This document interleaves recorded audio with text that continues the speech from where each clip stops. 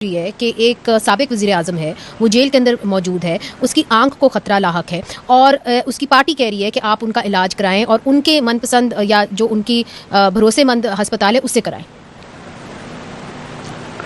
देखें, वो जेल में जो है वो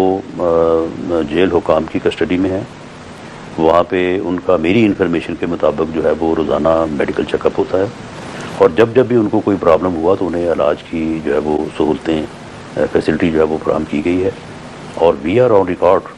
उन्हें जो है वो जो भी सहूलतें जेल में दी गई हैं, कभी PMLN की लीडरशिप की तरफ से उनके ऊपर एतराज़ नहीं किया गया और हम समझते हैं कि जो उनका स्टेटस है, जो उनकी पोजीशन है, उसके मुताबिक उन्हें वहाँ पे फैसिलिटीज़ भी मिलनी चाहिए। और उसके बाद अगर उनको ये कोई आर्जा ऐसा लाहक है, क्योंकि मैं इस बात की भी तरदीद या तस्दीक नहीं कर सकता कि वाकई उनकी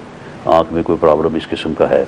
अल्लाह करे कि ना हो, ये अफवाह हो, लेकिन बहरहाल अगर है तो बिल्कुल उसका इलाज जो है वो जहाँ पे भी डॉक्टर साहबान रिकमेंड करें